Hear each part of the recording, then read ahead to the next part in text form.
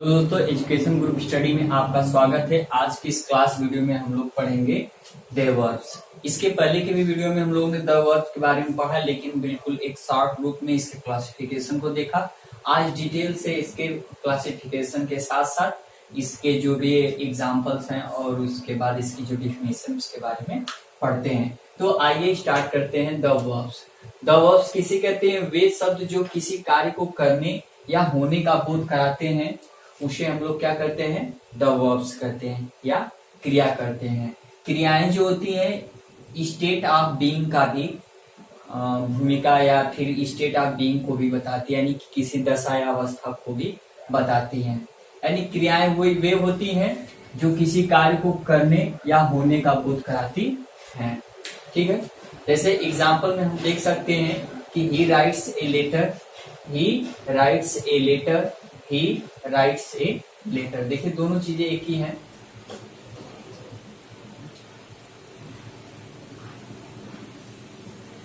हाँ, तो ही writes a letter, यहाँ पे एक सेंटेंस दिया गया है और इसमें यह बताया गया है कि वे शब्द जो किसी क्रिया को बताती हो, यानी कि यहाँ पर ही मीन्स वह और लिखता है ए लेटर मीन्स एक पत्र। तो यहाँ एक पत्र लिखने का कार्य हो रहा है, तो जो लिखने का कार्य वही क्या हो गया? वर्ब्स हो गया। अर्थात वे शब्द जो किसी कार्य को करने या होने का बोध कराते हैं उसे हम लोग क्या करते हैं? वर्ब्स कहते हैं। ठीक है, इसके प्रकार बताया गया था। इसके दो प्रकार थे, एक मेन वर्ब्स था और दूसरा हेल्पिंग वर्ब या एक्सिलरी वर्ब था।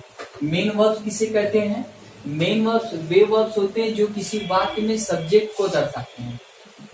मेन वर्ब्स किसे दर्शाते हैं? सब्जेक्ट को दर्शाते हैं। सब्जेक्ट को अर्थात देखिए जैसे यहाँ पे दिया हुआ है कोमल रीड्स अ बुक, यानी कि ये जो शब्द है रीड्स यानी पढ़ना, जो शब्द है वो किसको दर्शा रहा है? सब्जेक्ट को। यानी कोमल, जो कोमल है सब्जेक्ट है और सब्जेक्ट के द्वारा ही ये कार्य क्या किया जा रहा है? संपन्न किया जा रहा है। तो यहाँ पे सीधे सीधे इस सब्जेक्ट को दर्शाने का कार्य जो करेगा उसे ही हम लोग क्या कहेंगे? मेन वर्ब्स कहेंगे। इसके भी दो प्रकार हैं, एक ट्रांसिटिव और इंट्रांसिटिव। जो वर्ब होते हैं वो दो तरीके से आते हैं, एक ट्रांसिटिव तरीके से आते हैं यानी सकर्मक तरीके से, एक इंट्रांसिटिव यानी अकर्मक तरीके से आते हैं। तो सबसे पहले इंट्रांसिटिव वर्ब्स क्या होते हैं? इंट्रांसिटिव वर्ब वे वर्ब्स होते हैं जो अपना पूर्ण भाव प्रकट, इंट्रांसिटिव वर्ब वे वर्ब्स होते हैं जो अपने पूर्ण भाव प्रकट करती है। इन वर्ब्स का प्रभाव केवल सब्जेक्ट पर पड़ता है, जैसे कृष्णा प्लेज और रमन स्लीप्स। यानी वे वर्ब्स जो स्वयं अपना भाव प्रकट करे, स्वयं, उसके लिए किसी दूसरे वर्ड की सहायता न लेनी पड़े। जैसे यहाँ पे दिया गया है कृष्णा प्लेज, कृष्णा पढ़ता है, यानी पढ़ने का जो कार्य हो कृष्णा स्वयं अपने आप में ही कर ले रहा है। तो यहाँ पे कैसे हो जाएंगे? इंट्रांसिटिव वर्ब हो जाएंगे। अर्थात एक तरीके से हम लोग और भी कर सकते हैं कि जो इंट्रांसिटिव वर्ब के सेंटेंस होते हैं उनके पास सीधे सीधे ऑब्जेक्ट नहीं होता है। जैसे प्लेज है, प्लेज के बाद कोई ऑब्जेक्ट नहीं और स्लीप्स के बाद भी कोई ऑब्जेक्ट नहीं है। जबकि ट्रांसिटिव वर्ब जो होता है इसके पास ऑब्जेक्ट होगा। वो ऑब्जेक्ट किसी भी तरीके से ऑब्जेक्ट डायरेक्ट और इनडायरेक्ट दोनों तरीके से हो सकता है। जब किसी वाक्य के अर्थ को पूर्ण करने के लिए वर्ब प्लस ऑब्जेक्ट की जरूरत पड़ती है, जब किसी सेंटेंस को पूरा करने के लिए ऑब्जेक्ट की जरूरत पड़े, यानी कि इसका फॉर्मेशन इस तरह से पूछ रहा है, तो वहां पर वह ट्रांसिटिव वर्ब होगा यानी सकर्मक होगा। जिसके साथ कर्म होगा उसे सकर्मक यानी ट्रांसिटिव वर्ब कहते हैं। जिसके पास कर्म नहीं होगा उसे अकर्मक यानी इंट्रांसिटिव वर्ब कहते हैं। जैसे दिया हुआ है वी एंजॉयड द मूवी, यहाँ पे मूवी क्या है? एक ऑब्जेक्ट जो कि इसके अर्थ को पूर्ण कर रहा है। और रेखा गिफ्ट्स मी एन एप्पल, एक सेव जो है वह एक सेव भी, यानी कि इसको इस गिफ्ट यानी देने को क्या कर रहा है? पूर्ण भाव प्रकट कर रहा है। तो जैसा कि हम देख सकते हैं कि इस सेंटेंस में दो प्रकार के, यानी कि मी भी आया हुआ और एप्पल्स भी आया और दोनों क्या है? दोनों के दोनों ऑब्जेक्ट हैं। तो कभी कभी इस सेंटेंस में दो तरीके के ऑब्जेक्ट आते हैं, तो उन दोनों तरह के ऑब्जेक्ट दोनों एक डायरेक्ट में होगा, एक इनडायरेक्ट। यानी ऑब्जेक्ट के दो प्रकार होते हैं, एक डायरेक्ट ऑब्जेक्ट और इनडायरेक्ट ऑब्जेक्ट।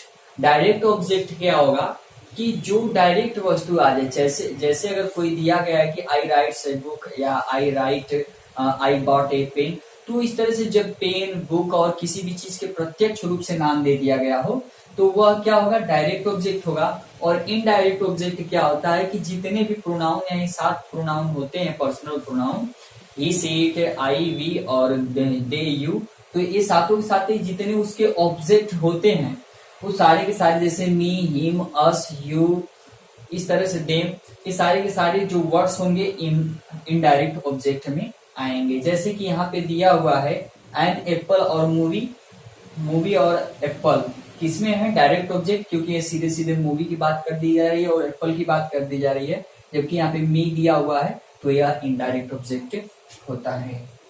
अब सेकंड नंबर पे जो वर्ब्स का आता है, वर्ब्स यानी हेल्पिंग वर्ब्स। अब हेल्पिंग वर्ब्स किसे कहते हैं, जो मेन वर्ब को जोड़ने में सहायता करते हो। जैसे वे वर्ब्स जो प्रिंसिपल वर्ब यानी प्रिंसिपल वर्ब यानी किसे कहते हैं, मेन वर्ब्स को ही प्रिंसिपल वर्ब्स के साथ जुड़कर वाक्य के अर्थ को पूर्ण करते हैं, उसे क्या कहा जाता है, हेल्पिंग वर्ब कहा जाता है। हेल्पिंग वर्ब किसे कहा जाएगा कि जो प्रिंसिपल वर्ब के साथ जुड़ करके उस वाक्य को पूरा करेंगे, उसे ही हम लोग क्या कहेंगे, हेल्पिंग वर्ब कहेंगे। अन्यथा अगर मेन वर्ब नहीं होता है तो उस स्थिति में सीधे सीधे वह किस वर्ब से यानी मेन वर्ब की ही भूमिका निभाता है।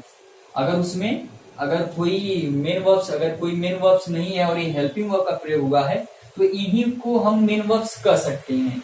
लेकिन अन्य दशा में भी अगर दो नाउन और प्रोनाउन को भी जोड़ता है तो दूसरा कुछ अलग होता है।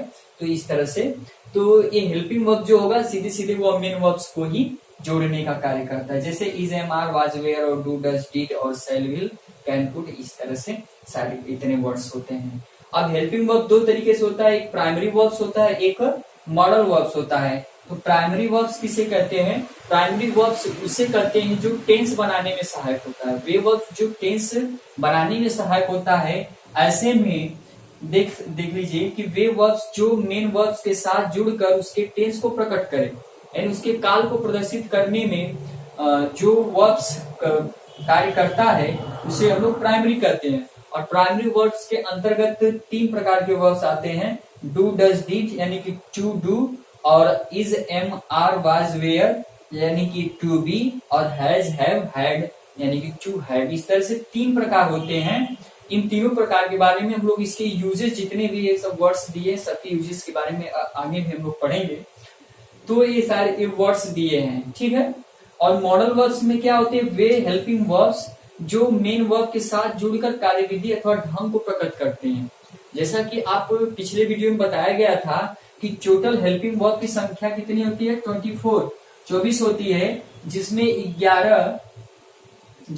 11 संख्या प्राइमरी की होती है और 13 मॉडल वर्ब्स की होती है। तो मॉडल वर्ब्स का काम क्या होता है कि यह किसी कार्यविधि अथवा ढंग को प्रकट करता है। जैसे मैं पढ़ सकता हूँ, लिख सकता हूँ, खेल सकता हूँ, खेल सकता था, यानी मैं अंदर आ सकता हूँ, यानी एक कार्यविधि और ढंग को, मैं ये कार्य कर सकता हूँ तो ढंग को सिखा रहा है। यानी कि सेल वल ये जितने भी 13 के 13 हैं, can, could, may, might, shall, will, should, would, must, ought to और नीड, यूज टू और डेयर, तो ये 13 संख्या में होते हैं और 11 संख्या में होते हैं, तो इनका प्रयोग किया जाता है। अर्थात फिर से एक बार देख लीजिए कि वर्ब्स किसे कहते हैं, जो क्रिया को करने या होने का प्रदर्शित करते हैं।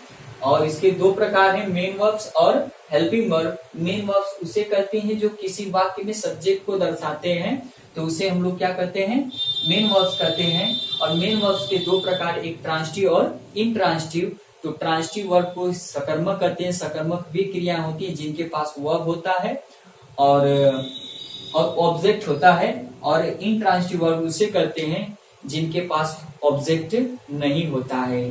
ट्रांसिटिव वर्ब जिसके पास ऑब्जेक्ट होता है, ऑब्जेक्ट भी 2 तरीके से होता है, एक डायरेक्ट और एक इनडायरेक्ट। डायरेक्ट ऑब्जेक्ट वो ऑब्जेक्ट होगा जो किसी वस्तु को या स्थान सीधे सीधे उसका नाम आ जाएगा, इनडायरेक्ट में अप्रत्यक्ष रूप से रहेगा। अब दूसरा हेल्पिंग वर्ब है। हेल्पिंग वर्ब उसे कहते हैं जो किसी मेन वर्ब या प्रिंसिपल वर्ब को जोड़ने का कार्य करता है, उसे हम लोग मेन वर्ब या हेल्पिंग वर्ब कहते हैं। हेल्पिंग वर्ब के भी 2 प्रकार, एक प्राइमरी और एक मॉडल। प्राइमरी का काम क्या है, टेंस को प्रदर्शित करने के लिए, टेंस को प्रकट करने के लिए। और मॉडल वर्ब का क्या कार्य है, कार्यविधि अथवा ढंग को प्रदर्शित करने के लिए। तो ठीक है, आज की वीडियो में इतना, मिलते हैं इस अगले वीडियो में, तब तक के लिए धन्यवाद।